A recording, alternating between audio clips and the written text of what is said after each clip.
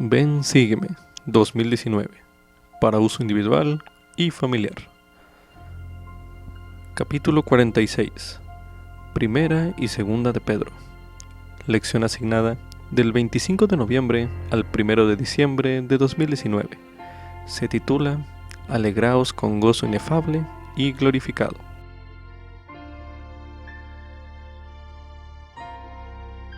Al leer las epístolas de Pedro, podría recibir impresiones para actuar. Anote esas impresiones mientras todavía esté en el Espíritu, así como se lee en Doctrina y Convenios 76-80.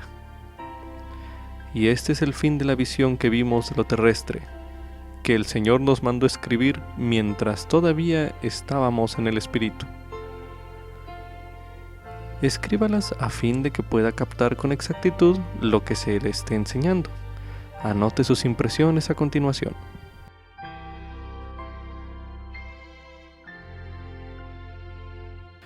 Poco después de su resurrección, el Salvador pronunció una profecía que debe haber perturbado a Pedro. Él dijo que cuando Pedro fuera viejo, lo llevaría a donde no querría, dando a entender con qué muerte había de glorificar a Dios. Esto se lee en Juan, capítulo 21, los versículos del 18 al 19, que dicen: De cierto te digo, cuando eras más joven te ceñías e ibas a donde querías, pero cuando ya seas viejo, extenderás tus manos y te ceñirá otro, y te llevará a donde no quieras. Y esto dijo dando a entender con qué muerte había de glorificar a Dios. Y dicho esto, le dijo: Sígueme. Cuando Pedro escribió sus epístolas, él sabía que su martirio profetizado estaba cerca. Dentro de poco tengo que dejar mi tabernáculo, como nuestro Señor Jesucristo me lo ha declarado. Así lo dijo Pedro en 2 de Pedro capítulo 1, el versículo 14. Lamentablemente, en las provincias romanas, esas crueles persecuciones eran frecuentes contra los santos, a quienes Pedro les estaba escribiendo. Sin embargo, sus palabras no están impregnadas de temor ni pesimismo. En lugar de ello, él enseñó a los santos a alegrarse, aun cuando eran afligidos con diversas tentaciones. Él les aconsejó que recordaran que la prueba de su fe conduciría a alabanza, gloria y honra, cuando Jesucristo sea manifestado, y a la salvación de sus almas. Como se lee en 1 de Pedro, el capítulo 1, los versículos 6, 7 y 9. La fe de Pedro debe haber sido reconfortante para aquellos primeros santos, como lo es para los santos de la actualidad, quienes también son participantes de las aflicciones de Cristo, para que también en la revelación de su gloria se regocijen con gran alegría.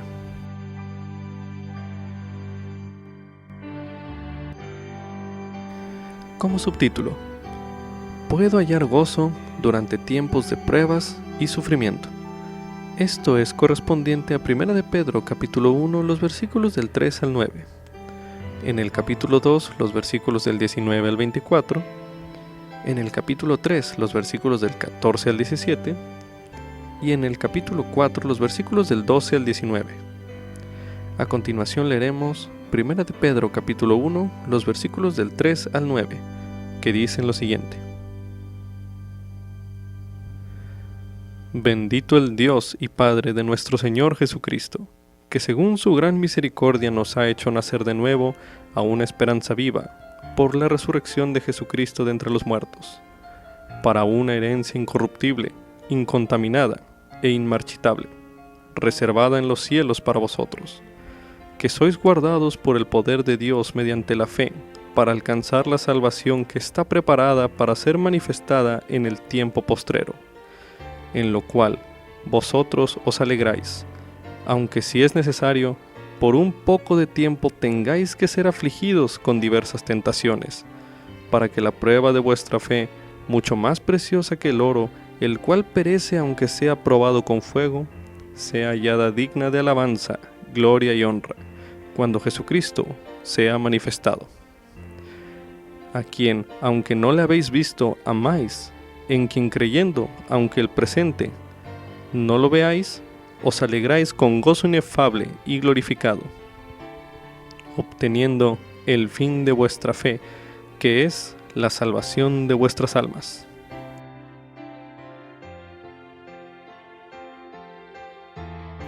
Ahora leeremos 1 de Pedro capítulo 2, los versículos del 19 al 24, que dicen lo siguiente.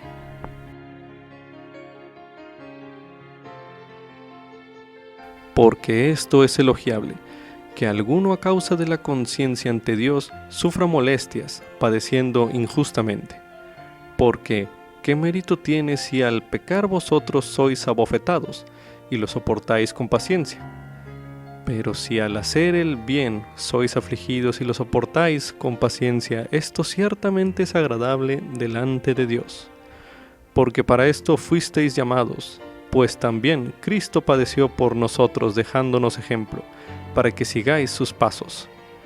Quien no cometió pecado ni fue hallado engaño en su boca, quien cuando le maldecían no respondía con maldición, cuando padecía no amenazaba, sino que encomendaba al que juzga justamente. Él mismo llevó nuestros pecados en su cuerpo sobre el madero, para que nosotros, estando muertos a los pecados, vivamos a la justicia. Por sus heridas habéis sido sanados.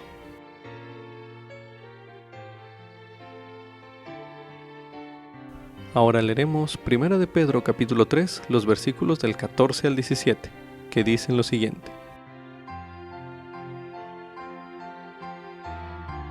Pero también, si alguna cosa padecéis por causa de la rectitud, bienaventurados sois. Por tanto, no os amedrentéis por temor a ellos, ni seáis turbados, sino santificad a Dios el Señor en vuestros corazones, y estad siempre preparados para responder con mansedumbre y reverencia a cada uno que os demande razón de la esperanza que hay en vosotros, teniendo buena conciencia, para que en lo que murmuran de vosotros, como de malhechores, sean avergonzados los que difaman vuestra buena conducta en Cristo. Porque mejor es que padezcáis haciendo el bien, si la voluntad de Dios así lo quiere, que haciendo el mal. Para finalizar este bloque de lectura, leeremos 1 de Pedro, capítulo 4, los versículos del 12 al 19, que dicen lo siguiente. Amados, no os asombréis del fuego de prueba que os ha sobrevenido para poneros a prueba, como si alguna cosa extraña os aconteciese. Antes bien, gozaos en que sois participantes de las aflicciones de Cristo, para que también en la revelación de su gloria os regocijéis con gran alegría. Si sois vituperados por el nombre de Cristo, sois bienaventurados, porque el Espíritu de gloria y de Dios reposan sobre vosotros. Ciertamente por ellos Él es blasfemado, pero por vosotros es glorificado. Así que ninguno de vosotros padezca como homicida o ladrón o malhechor, o por meterse en asuntos ajenos.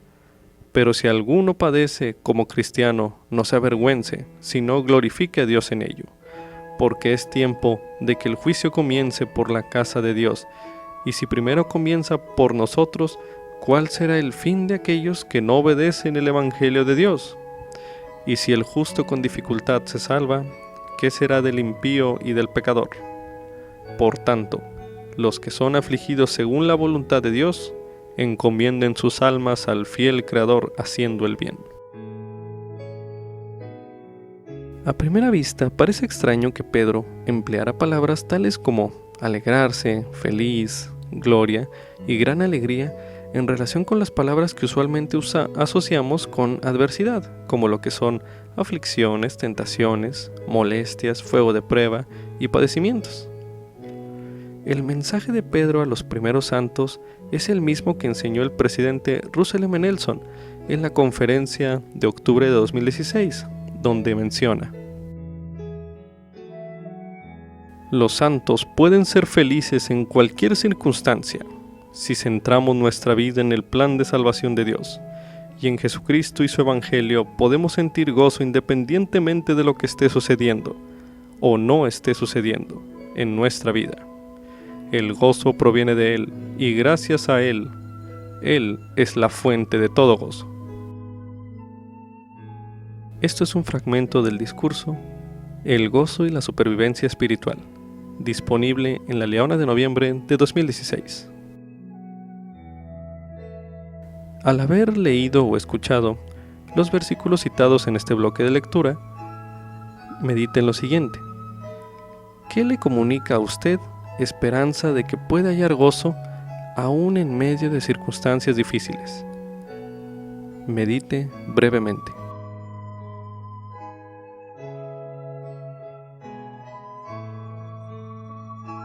Como subtítulo, se predica el Evangelio a los muertos para que puedan ser juzgados con justicia. Esto es correspondiente a 1 de Pedro capítulo 3, los versículos del 18 al 20, y al capítulo 4, los versículos del 1 al 6.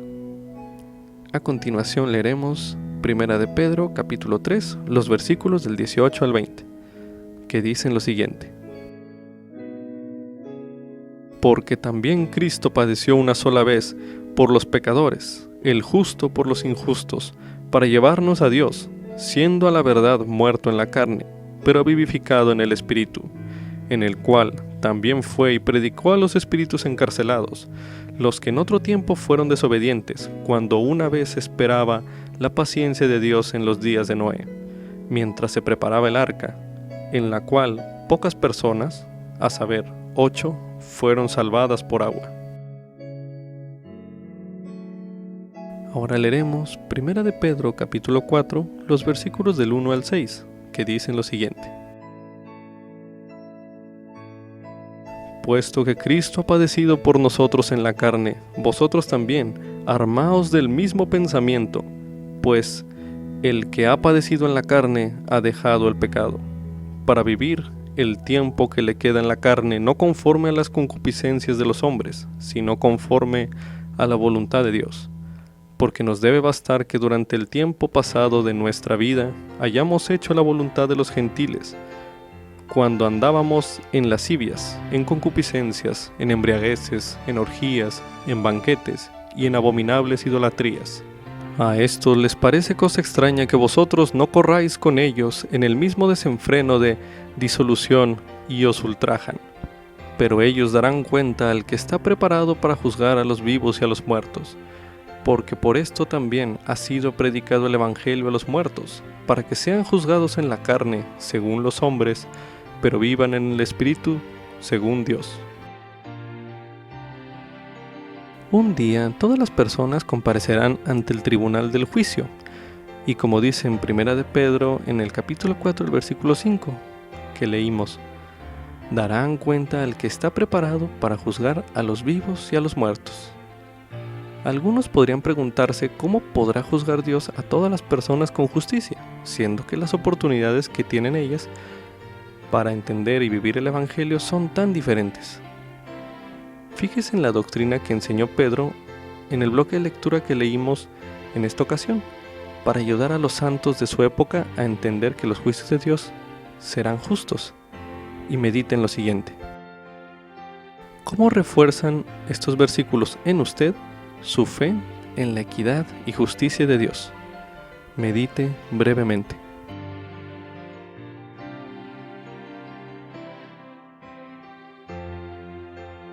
Para analizar un poco más esta doctrina, explore Doctrina y Convenios, la sección 138, la cual es una revelación que el presidente Joseph F. Smith recibió mientras se encontraba meditando los escritos de Pedro. A continuación, escucharemos Doctrina y Convenios, sección 138. El día 3 de octubre del año 1918, me hallaba en mi habitación meditando sobre las Escrituras y reflexionando en el gran sacrificio expiatorio que el Hijo de Dios realizó para redimir al mundo, y el grande y maravilloso amor manifestado por el Padre y el Hijo en la venida del Redentor al mundo, a fin de que el género humano fuese salvo mediante la expiación de Cristo y la obediencia a los principios del Evangelio. Mientras me ocupaba en esto, mis pensamientos se tornaron a los escritos del apóstol Pedro, a los santos de la iglesia primitiva, esparcidos por el Ponto, Galacia, Capadocia y otras partes de Asia, donde se había predicado el Evangelio después de la crucifixión del Señor.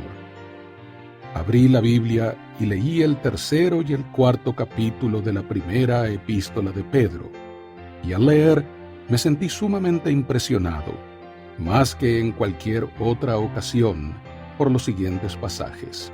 Porque también Cristo padeció una sola vez por los pecados, el justo por los injustos, para llevarnos a Dios, siendo a la verdad muerto en la carne, pero vivificado en espíritu, en el cual también fue y predicó a los espíritus encarcelados, los que en otro tiempo fueron desobedientes, cuando una vez esperaba la paciencia de Dios en los días de Noé, mientras se preparaba el arca, en la cual pocas personas, a saber 8, fueron salvadas por agua.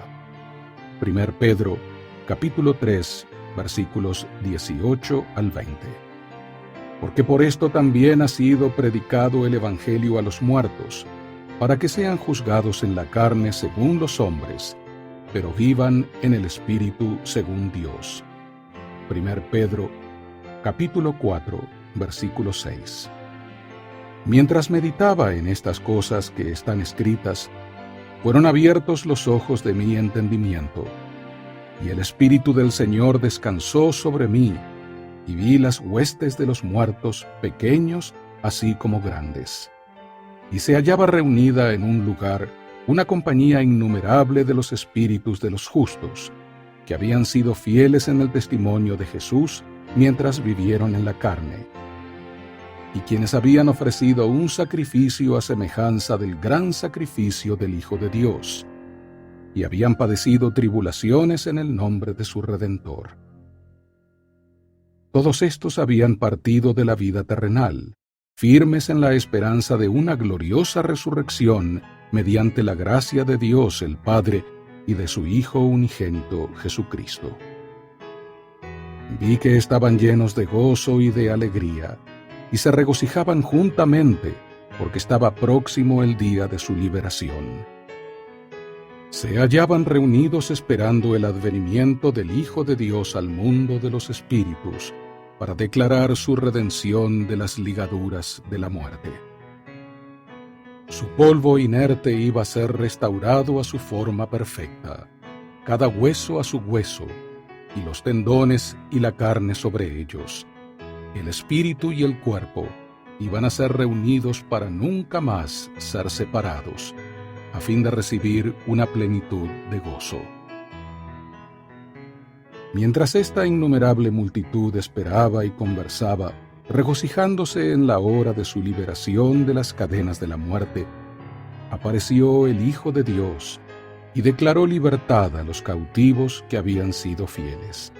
Y allí les predicó el Evangelio sempiterno, la doctrina de la resurrección y la redención del género humano de la caída y de los pecados individuales, con la condición de que se arrepintieran. Mas a los inicuos no fue, ni se oyó su voz entre los impíos y los impenitentes que se habían profanado mientras estuvieron en la carne.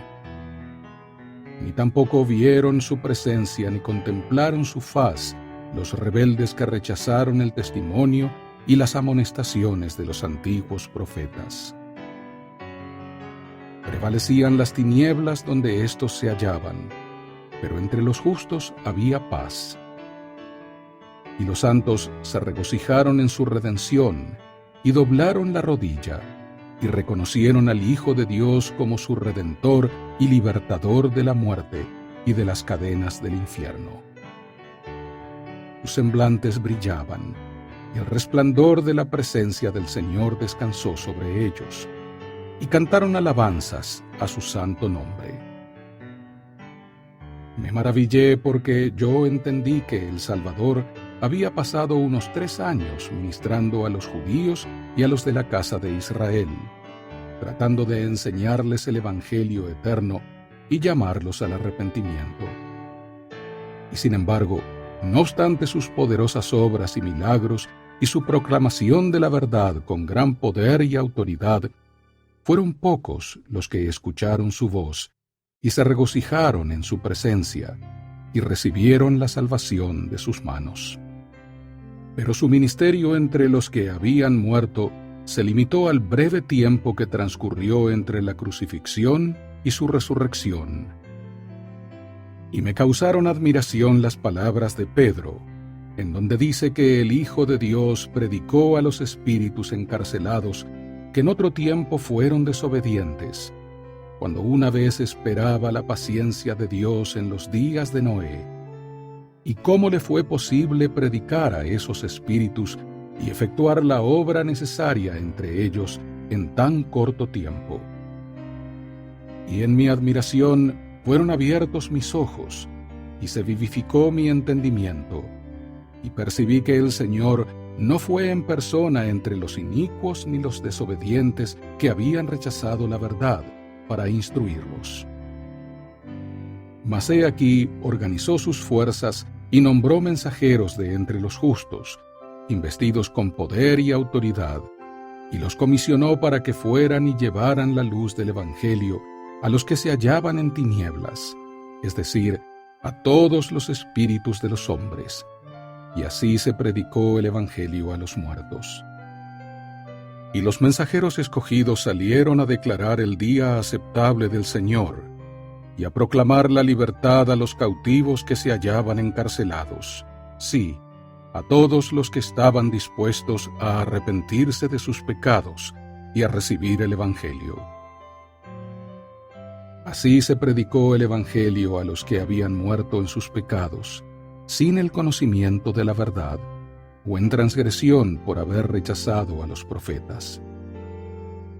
A ellos se les enseñó la fe en Dios, el arrepentimiento del pecado, el bautismo vicario para la remisión de los pecados, el don del Espíritu Santo por la imposición de las manos, y todos los demás principios del Evangelio que les era menester conocer, a fin de habilitarse para que fuesen juzgados en la carne según los hombres, pero vivieran en espíritu según Dios. De modo que se dio a conocer entre los muertos, pequeños así como grandes, tanto a los inicuos como a los fieles, que se había efectuado la redención por medio del sacrificio del Hijo de Dios sobre la cruz. Así fue como se hizo saber que nuestro Redentor pasó su tiempo, durante su permanencia en el mundo de los espíritus, instruyendo y preparando a los fieles espíritus de los profetas que habían testificado de él en la carne, para que llevasen el mensaje de la redención a todos los muertos, a quienes él no podía ir personalmente por motivo de la rebelión y transgresión de ellos, para que éstos también escucharan sus palabras por medio del ministerio de sus siervos. Entre los grandes y poderosos que se hallaban reunidos en esta numerosa congregación de los justos, estaban nuestro padre Adán, el anciano de días y padre de todos, y nuestra gloriosa madre Eva, con muchas de sus fieles hijas que habían vivido en el curso de las edades y adorado al Dios verdadero y viviente. Abel, el primer mártir, estaba allí, y su hermano Set, uno de los poderosos, que era la imagen misma de su padre Adán. Noé, que había amonestado en cuanto al diluvio, Sem, el gran sumo sacerdote, Abraham, el padre de los fieles, Isaac, Jacob y Moisés, el gran legislador de Israel. E Isaías, el cual declaró por profecía que el Redentor fue ungido para sanar a los quebrantados de corazón, para proclamar libertad a los cautivos y la apertura de la cárcel a los presos, también estaban allí. Además, Ezequiel, a quien se mostró en una visión el gran valle de huesos secos, que iban a ser revestidos de carne, para levantarse otra vez como almas vivientes en la resurrección de los muertos. Daniel, que previó y predijo el establecimiento del reino de Dios en los postreros días, para nunca jamás ser derribado ni dado a otro pueblo. Elías, que estuvo con Moisés en el monte de la transfiguración. y Malaquías, el profeta que testificó acerca de la venida de Elías el profeta, de quien Moroni también habló al profeta José Smith, declarando que habría de venir antes que llegara el grande y terrible día del Señor. También estaban allí. El profeta Elías había de plantar en el corazón de los hijos las promesas hechas a sus padres, presagiando la gran obra que se efectuaría en los templos del Señor en la dispensación del cumplimiento de los tiempos, para la redención de los muertos y para sellar los hijos a sus padres, no fuera que toda la tierra fuese herida con una maldición y quedara enteramente asolada a su venida. Todos estos y muchos más, aun los profetas que vivieron entre los nefitas y testificaron acerca de la venida del Hijo de Dios, se hallaban entre la innumerable asamblea, esperando su liberación. Porque los muertos habían considerado como un cautiverio la larga separación de sus espíritus y sus cuerpos. A estos el Señor instruyó y les dio poder para levantarse, después que Él resucitara de los muertos, y entrar en el reino de su Padre, y ser coronados allí con inmortalidad y vida eterna.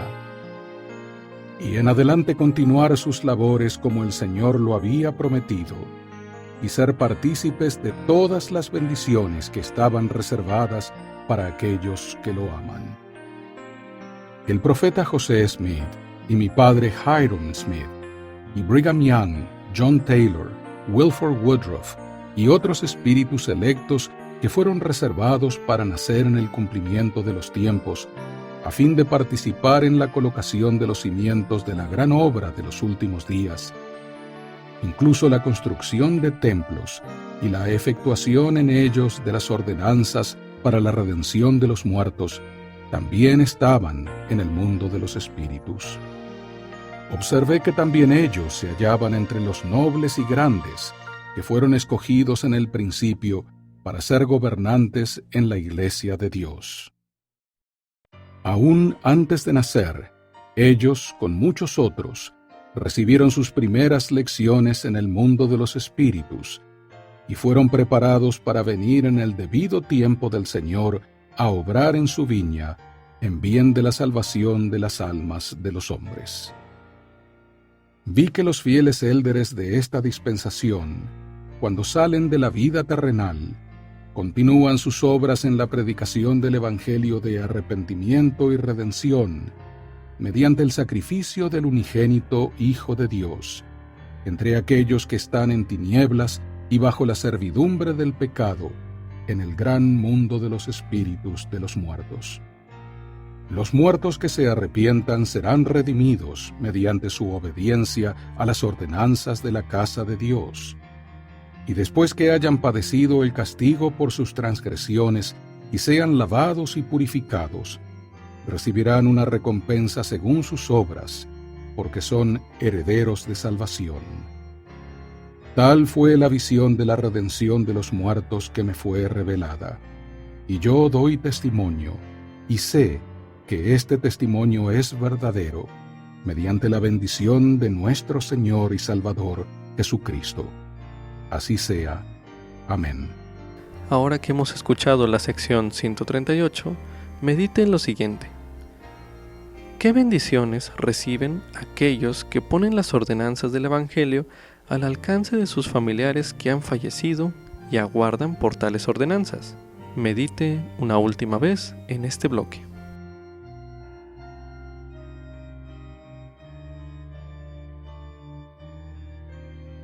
También se recomienda ver el tema Bautismos por los muertos, uno de los temas del Evangelio, disponible en topics.lds.org. Como subtítulo, mediante el poder de Jesucristo puedo desarrollar mi naturaleza divina. Esto es correspondiente a 2 de Pedro capítulo 1, los versículos del 1 al 11, que dicen lo siguiente. Simón Pedro, siervo y apóstol de Jesucristo, a los que habéis alcanzado una fe igualmente preciosa que la nuestra, por la justicia de nuestro Dios y Salvador Jesucristo. gracia y paz os sean multiplicadas mediante el conocimiento de Dios y de nuestro Señor Jesús. Como todas las cosas que pertenecen a la vida y a la piedad nos han sido dadas, por su divino poder, por el conocimiento de aquel que nos ha llamado por medio de su gloria y virtud, por conducto de los cuales nos ha dado preciosas y grandísimas promesas, para que por ellas lleguéis a ser participantes de la naturaleza divina, habiendo huido de la corrupción que hay en el mundo por la concupiscencia. Vosotros también por esto mismo poned toda diligencia en añadir a vuestra fe virtud, y a la virtud conocimiento, y al conocimiento templanza, y a la templanza paciencia, y a la paciencia piedad, y a la piedad afecto fraternal, y al afecto fraternal amor. Porque si en vosotros están estas cosas y abundan, no os dejarán estar ociosos ni sin fruto en cuanto al conocimiento de nuestro Señor Jesucristo. Pero el que no tiene estas cosas tiene la vista muy corta, está ciego, habiendo olvidado la purificación de sus antiguos pecados. Por lo cual, hermanos, tanto más procurad hacer firme vuestra vocación y elección, porque haciendo estas cosas no caeréis jamás, porque de esta manera os será concedida ampliamente la entrada en el reino eterno de nuestro Señor y Salvador, Jesucristo. ¿Alguna vez ha pensado usted que no es posible llegar a ser como Jesucristo y desarrollar sus atributos? El elder Robert D. Hales, del Quórum de los Apóstoles, ofreció esta consoladora reflexión sobre cómo podemos desarrollar los atributos de Cristo. Él dijo: los atributos del Salvador son características entrelazadas, que se integran una a la otra y que se desarrollan en nosotros en forma interrelacionada. En otras palabras, no podemos adquirir una característica como la de Cristo sin también obtener o influenciar otras. A medida que una característica se fortalece, también se fortalecen muchas otras. Esto es un fragmento del discurso Llegar a ser un discípulo de nuestro Señor Jesucristo, disponible en la Leona de Mayo de 2017. A continuación, escucharemos el mensaje completo del elder Robert D. Hales, del Quórum de los Apóstoles, titulado Llegar a ser un discípulo de nuestro Señor Jesucristo, pronunciado en la Conferencia General de abril de 2017. Escuchémoslo. ¿Qué significa ser un discípulo de nuestro Señor Jesucristo? Un discípulo es alguien que ha sido bautizado y está dispuesto a tomar sobre sí el nombre del Salvador y seguirle. Un discípulo aspira a llegar a ser como Él, guardando sus mandamientos en la vida terrenal, tal como un aprendiz procura llegar a ser como su maestro. Muchas personas escuchan la palabra discípulo y piensan que solo significa un seguidor, mas el auténtico discípulo es una condición o un estado del ser. Esto indica que es más que aprender y aplicar una lista de atributos personales. Los discípulos viven de tal manera que las características de Cristo están entretejidas en las fibras de su ser. Escuchen la invitación del apóstol Pedro para llegar a ser un discípulo del Salvador. Vosotros también, por esto mismo, poned toda diligencia en añadir a vuestra fe virtud, y a la virtud conocimiento, y al conocimiento templanza, y a la templanza paciencia, y a la paciencia piedad, y a la piedad afecto fraternal, y al afecto fraternal amor. Como pueden ver, se requiere más de un hilo para tejer el tapiz espiritual del discipulado personal. En los días del Salvador, había muchos que afirmaban ser justos en algún que otro aspecto de sus vidas. Ellos practicaban lo que yo he llamado la obediencia selectiva. Por ejemplo, guardaban el mandamiento de abstenerse de trabajar en el día de reposo. Sin embargo, criticaban al Salvador por sanar en ese día santo. Daban limosnas a los pobres, pero les ofrecían solo lo que les sobraba, lo que no necesitaban. Ayunaban, pero ponían caras largas. Oraban solo para ser vistos por los hombres. Jesús dijo, con sus labios me honran, pero su corazón lejos está de mí.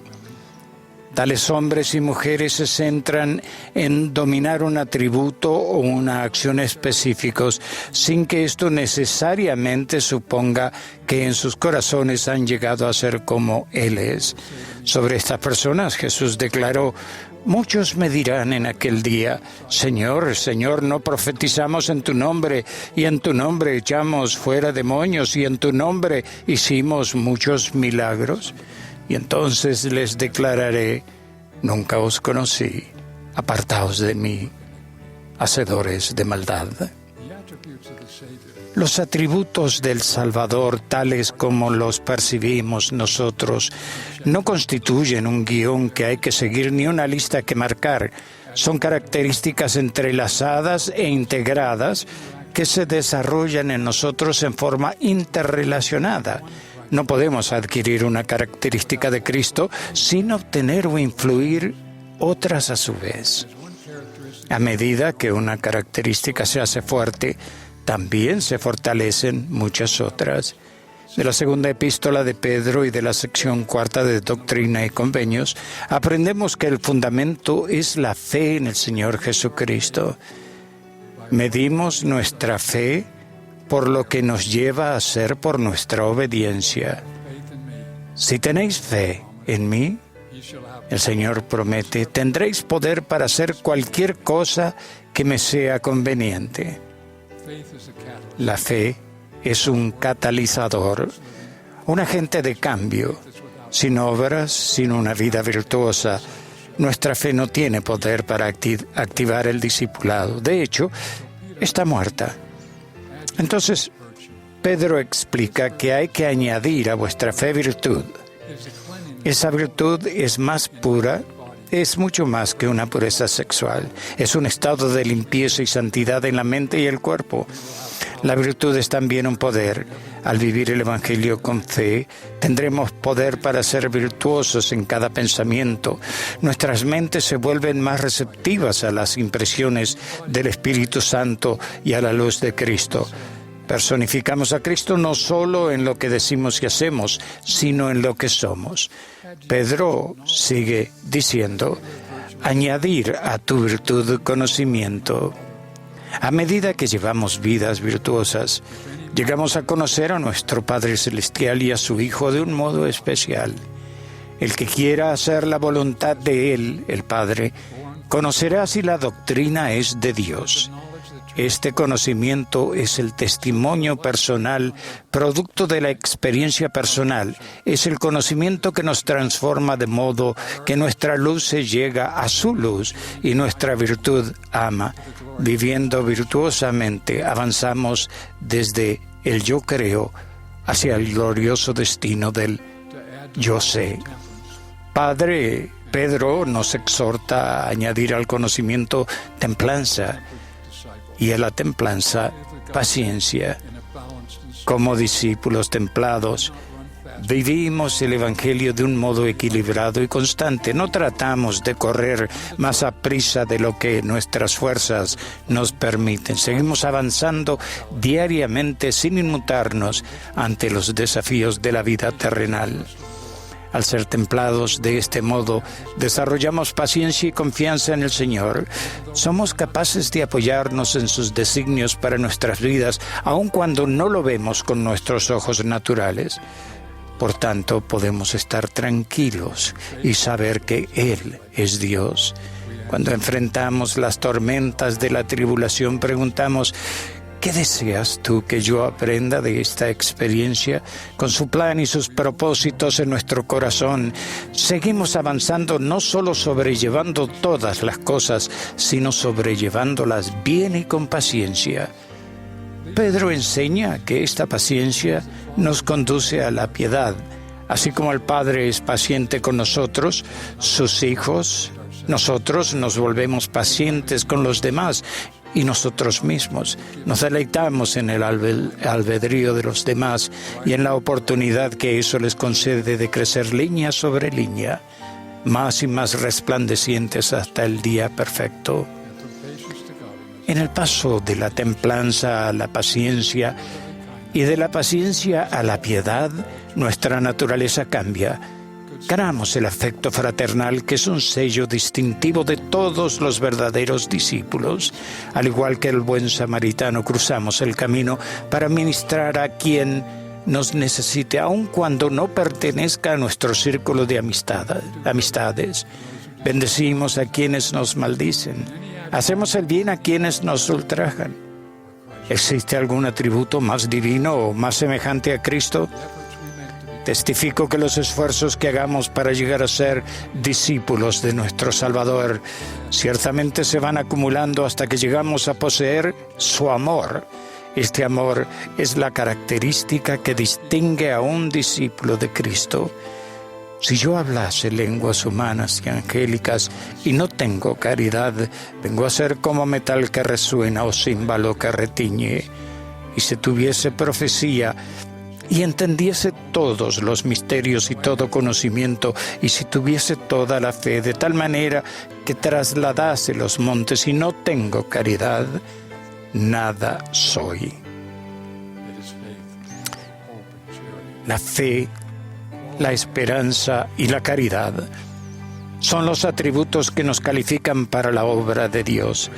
Y ahora permanecen estas tres, pero la mayor de ellas es la caridad. Hermanos y hermanas, ahora más que nunca no podemos ser discípulos a tiempo parcial. No podemos ser discípulos solo con respecto a un punto de doctrina u otro.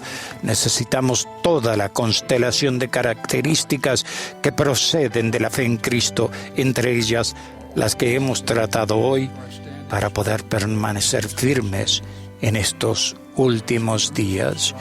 Conforme nos esforcemos de todo corazón para ser verdaderos discípulos de Jesucristo, estas características se irán entretejiendo, integrando y fortaleciendo en nosotros. No habrá diferencia entre la bondad que manifestemos hacia nuestros enemigos y a la que expresamos a nuestros amigos. Igual de honestos cuando nadie nos mire como cuando nos observen. Seremos tan devotos a Dios en la escena pública como en nuestros aposentos privados. Testifico que todos podemos ser discípulos del Salvador. El discipulado no tiene límites de edad, género u origen étnico. Mediante nuestro discipulado individual, nosotros, los santos de los últimos días, conformamos colectivamente una fuerza para bendecir a nuestros hermanos y hermanas de todo el mundo. Ahora es el momento para renovar nuestro compromiso de ser sus discípulos con toda diligencia. Hermanos y hermanas, todos somos llamados a ser discípulos de nuestro Salvador.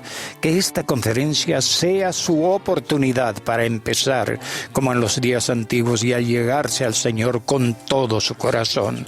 Esta es su iglesia. Comparto mi testimonio especial de que Él vive. Que Él nos bendiga en nuestro propósito eterno de llegar a ser discípulos devotos y valientes. En el nombre de Jesucristo. Amén. Después de haber estudiado los versículos que vimos en este bloque de lectura, así como el mensaje del Elder Hales, medita en lo siguiente. ¿Qué aprende usted de estos dos apóstoles que le ayude en su empeño de ser más como Jesucristo? Medite una última vez en este bloque.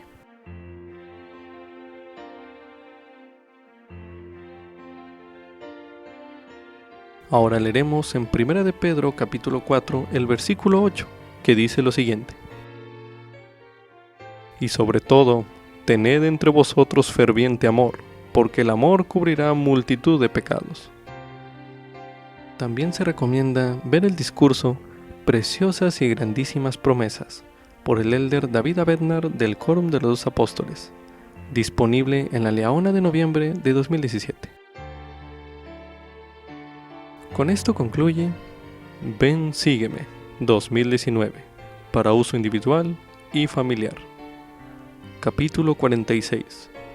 Primera y Segunda de Pedro.